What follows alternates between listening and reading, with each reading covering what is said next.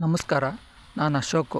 ಬಸವಣ್ಣನವರು ಐಕ್ಯವಾದ ಮಂಟಪ, 3 ನದಿಗಳು ಸಂಗಮವಾಗುವ ಸ್ಥಳ, ಅದರ ಜೊತೆಗೆ ಬೋಟಿಂಗ್ ವ್ಯವಸ್ಥೆ, ಈ 3 ಒಂದೇ ಸ್ಥಳದಲ್ಲಿದೆ. ಅದರ ಬಗ್ಗೆ ಈ ವಿಡಿಯೋದಲ್ಲಿ ಸಂಪೂರ್ಣವಾಗಿ ಮಾಹಿತಿ ಕೊಡುತ್ತೇನೆ. ಅದಕ್ಕಿಂತ ಮೊದಲು ಫಸ್ಟ್ ಟೈಮ್ ನಮ್ಮ ಚಾನಲ್ ನೋಡ್ತಾ ಇದ್ದರೆ ಫಾಲೋ ಮಾಡಿ, ಲೈಕು ಮತ್ತು ಶೇರ್ ಮಾಡಿ. ಇದು ಇರುವುದು ಕೂಡಲ ಸಂಗಮದಲ್ಲಿ, ಬಾಗಲಕೋಟೆ ಜಿಲ್ಲೆಗೆ ಸೇರಿರುತ್ತದೆ.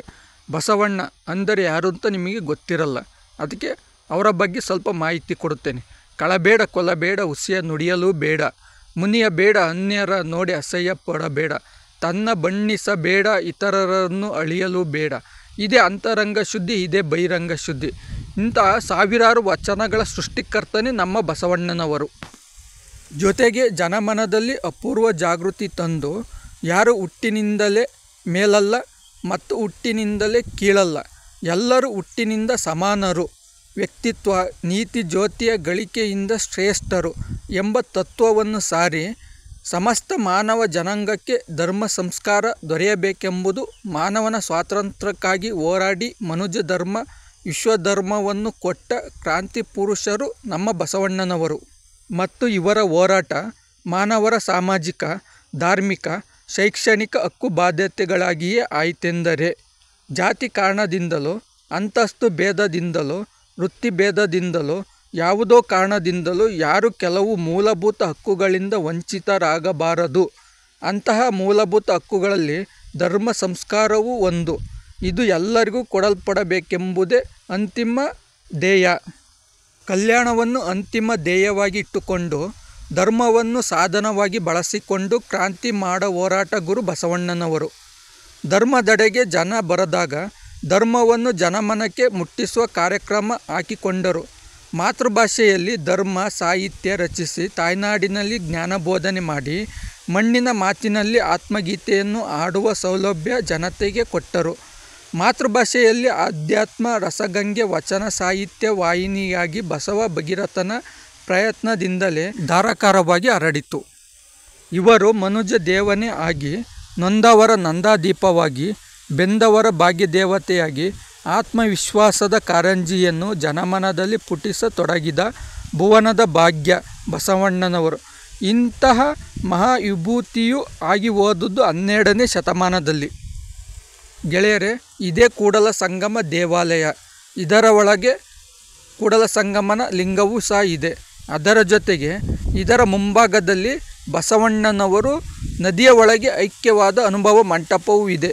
ಸ್ನೇಹಿತರೆ, 3 ನದಿಗಳು, ಘಟಪ್ರಭಾ ನದಿ, ಮಲಪ್ರಭಾ ನದಿ ಮತ್ತು ಕೃಷ್ಣಾ ನದಿ, 3 ನದಿಗಳು ಒಂದೇ ಜಾಗದಲ್ಲಿ ಸಂಗಮವಾಗಿದ್ವಲ್ಲ, ಆ ಸಂಗಮವಾದ ಸ್ಥಳದಲ್ಲೇ ಐಕ್ಯ ಆಗಿದ್ದರು.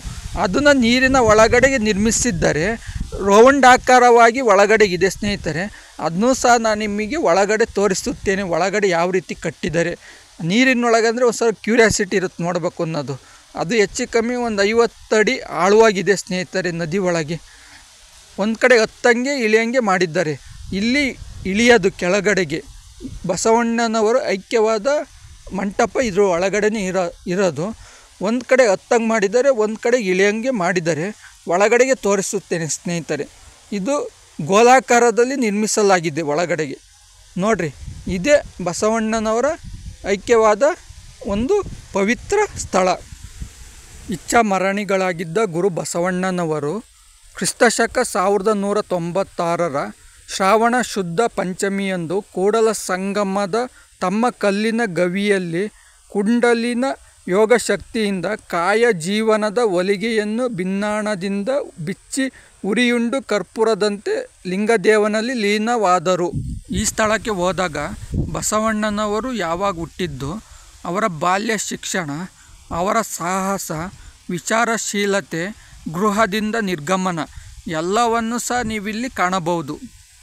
ನೀರಿನ ಮಧ್ಯೆ ಒಳಗಡೆಗೆ ಯಾವ ರೀತಿ ಕಟ್ಟಿದ್ದಾರೆ ನೋಡ್ರಿ. ಇದು ಅವರ ಗದ್ದುಗೆ. ಇಲ್ಲಿ ದಿನನಿತ್ಯ ಪೂಜೆಗಳು ಸಹ ನಡೆಯುತ್ತದೆ.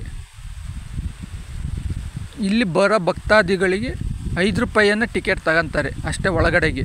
ನೋಡ್ರಿ, ಒಳಗಡೆಯಿಂದ ಮೇಲೆ ಆ ಥರ ತೋರಿಸ್ತಾ ಇದ್ದೀನಿ, ಪೂರ್ತಿ ತೋರಿಸ್ತಾ ಇದ್ದೀನಿ ನೋಡಿ ಸ್ನೇಹಿತರೆ. ಇದು 3 ನದಿಗಳ ಸಂಗಮವಾಗುವ ಮಧ್ಯ ಸ್ಥಳ. ಇದು ಅವರ ಲಿಂಗೈಕ್ಯ ಆದ ಲಿಂಗವೂ ಸಹ ಈ ಸ್ಥಳದಲ್ಲಿ ಇದೆ. ನೋಡಿರಿ ಸುತ್ತ ಎಷ್ಟು ನೀಟಾಗಿ ಕಟ್ಟಿದ್ದಾರೆ. ಭಾಳ ಅದ್ಭುತವಾಗಿದೆ ಸ್ನೇಹಿತರೆ. ಒಮ್ಮೆ ಆದರೂ ನೀವು ಕೂಡಲ ಸಂಗಮಕ್ಕೆ ಭೇಟಿ ಕೊಡಬೇಕು. ದೇವಸ್ಥಾನದ ಪಕ್ಕದಲ್ಲಿಯೇ ಸ್ನಾನದ ಘಟ್ಟವೂ ಸಹ ಇದೆ.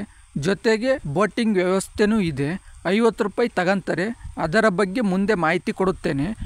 ಜೊತೆಗೆ ಇದನ್ನು ತ್ರಿವೇಣಿ ಸಂಗಮ ಎಂದು ಕರೆಯುತ್ತಾರೆ. ಮಂಜುನಾಥ್ ಸರ್. ಇಲ್ಲಿ ಬೋಟಿಂಗ್ ವ್ಯವಸ್ಥೆ ಇದೆಯಾ? ಹ್ಞೂ ಸರ್. ಒಬ್ರಿಗೆ ಎಷ್ಟು ಚಾರ್ಜ್ ಅಂತೀರಿ? 50 ರೂಪಾಯಿ ಸರ್. ಏನು ಸುಧಾರಿಸ್ಕೊಂಬಂದು ಏನೇನು ತೋರಿಸ್ತೀರಿ ಸರ? ತ್ರಿವೇಣಿ ಸಂಗಮ ರೌಂಡಿಂಗ್ ಹೋಗ್ತೀವಿ ಸರ್. ಮತ್ತು ರೌಂಡ್ ಸೆಂಟ್ರಿಂಗ್ ರೌಂಡ್ ಹಾಕಿ ಒಂದು ರೌಂಡ್ ತೋರಿಸ್ಕೊಂಡ್ಬರ್ತೀವಿ. ಹ್ಞೂ ಸರ್. 50. ಎಷ್ಟು ವರ್ಷದಿಂದ ಮಾಡ್ತಿದ್ದೀರಾ ನೀವು? ಸರ ಈಗ ಒಂದು 30 ವರ್ಷ ಆಯ್ತು ಸರ್. ಇದು ಕೂಡಲ ಸಂಗಮ ಟ್ರಸ್ಟ್ ಸೇರಿತೆ ಇನ್ನು ಪ್ರೈವೇಟ್? ಸರ್ ಪ್ರೈವೇಟ್ ಇದೆ, ಓನರ್ ಅದಾನ ಸರ್. ನಿಮ್ಮ ಓನರ್ ಇದೆ? ಹ್ಞೂ ಸರ್.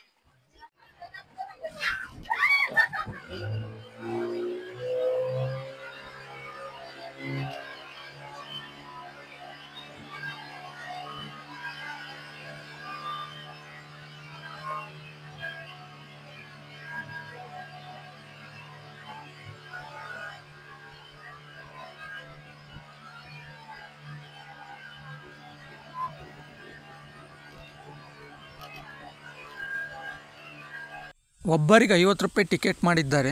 ಶಾಲಾ ಮಕ್ಕಳಿಗೆ ಡಿಸ್ಕೌಂಟ್ ಇರುತ್ತದೆ. ಅದರ ಜೊತೆಗೆ ತ್ರಿವೇಣಿ ಸಂಗಮ ಒಂದು ಸ್ವಲ್ಪ ದೂರ ತೋರಿಸ್ತಾರೆ. ಒಳಗಡೆಗೆಲ್ಲ ಏನೇನಿದೆ ಎಲ್ಲವನ್ನು ತೋರಿಸಿ ಆಮೇಲೆ ನಮ್ಮನ್ನು ದಡಕ್ಕೆ ಬಿಡುತ್ತಾರೆ ಸ್ನೇಹಿತರೆ. ಇದು ಮಲಪ್ರಭಾ ನದಿ. ಇದು ಸವದತ್ತಿಯಲ್ಲಿ ಹುಟ್ಟುತ್ತದೆ. ಸವದತ್ತಿಯಲ್ಲಿ ಹುಟ್ಟಿ ಇಲ್ಲಿಗೆ ಹರಿದು ಬರುತ್ತದೆ. ಇಲ್ಲಿ ಬಸವಣ್ಣನವರ ಐಕ್ಯ ಮಂಟಪವೂ ಇದೆ. ಇದು ಕೃಷ್ಣಾ ನದಿ, ಘಟಪ್ರಭಾ ನದಿ. ಈ 3 ನದಿಗಳು ಸಂಗಮವಾಗುವ ಸ್ಥಳವೇ ತ್ರಿವೇಣಿ ಸಂಗಮ. ಈ ಸ್ಥಳಕ್ಕೆ ತ್ರಿವೇಣಿ ಸಂಗಮ ಎಂದು ಕರೆಯುತ್ತಾರೆ. ಅದರ ಜೊತೆ ಇಲ್ಲಿ ಬಸವಣ್ಣನವರ ಐಕ್ಯವಾದ ಮಂಟಪ. ಇದು ನೀರಿನೊಳಗಿದೆಯಲ್ಲ, ಇಲ್ಲಿ ಬಸವಣ್ಣನವರು ಐಕ್ಯ ಆಗಿದ್ದಾರೆ. ಇಲ್ಲಿ ಅವರ ಮಂಟಪವೂ ಸಹ ಇದೆ.